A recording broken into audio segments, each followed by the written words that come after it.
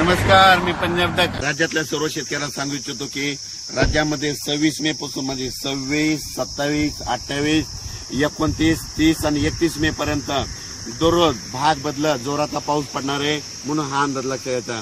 काही ठिकाणी मुसळधार पडणार आहे, काही ठिकाणी अति मुसळधार पडणार आहे, कुठं रिमझिम पडणार आहे। राज्यात सगळीकडे म्हणजे चारही विभागामध्ये म्हणजे पूर्व विदर्भ, पश्चिम विदर्भ, दक्षिण महाराष्ट्र, उत्तर महाराष्ट्र, कोकण पट्टी, खानदेश, मराठवाडा सगळीकडे पाऊस पडणार आहे म्हणून हा अंदाज लक्षात घ्यायचा।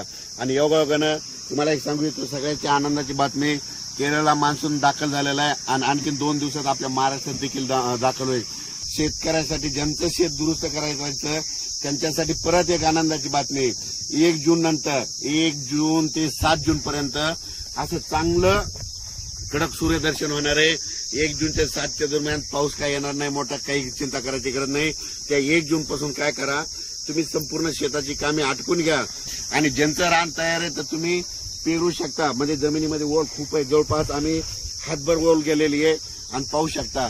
पण राज्यातल्या ज्यांचं शेत तयार आहे तर तुम्ही कापसाची लागवड करू शकता। तुम्ही तुमचा निर्णय स्वतः घ्या, पेरायचं असेल तर पेरा, जमिनीतली ओल तपासा, तुम्ही तुमचं पेरू शकता।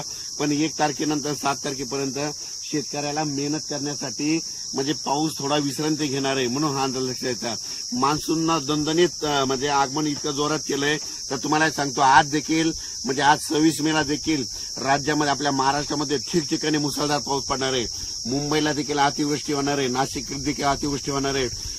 त्याच्यानंतर म्हणजे ह्या 31 मे पर्यंत मुंबई, पुणे, नाशिक 2, त्याच्यानंतर बीड जिल्हा, त्याच्यानंतर कडा, आष्टी ह्या भागात देखील मुसळधार पाऊस पडणार आहे म्हणून हे लक्षात घ्यायचं।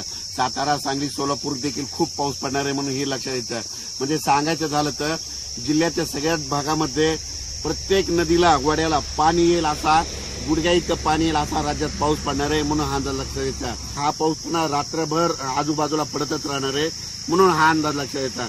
पेरणीचा निर्णय स्वतःच घ्यावा, म्हणजे आपल्या जमिनीची ओल तपासावी आणि निर्णय करून घ्या। पण राज्यात मात्र आज 26 मे पासून तर 30 मे पर्यंत दररोज भाग बदलत जोराचा पाऊस पडणार आहे। पूर्व विदर्भात जोराचा, पश्चिम विदर्भात जोराचा, मराठवाड्यात देखील जोराचा, पश्चिम महाराष्ट्रात देखील जोराचा, म्हणजे उत्तर महाराष्ट्रात देखील जोराचा। फक्त जास्त मात्र उत्तर आपलं पुणे, नाशिक, मुंबई इकडे मात्र अतिवृष्टी होणार आहे म्हणून हे अंदाज लक्षात घ्यायचा। काही नद्याला पूर देखील येणार आहे म्हणून हे देखील ह्या 4 दिवसाचा सगळ्यांना अंदाज यायचा। जोपर्यंत शेतकऱ्याची पेरणी होत नाही, दररोजच एक अंदाज, दररोज एक म्हणजे प्रत्येक दिवशी अंदाज दिला जाईल। धन्यवाद।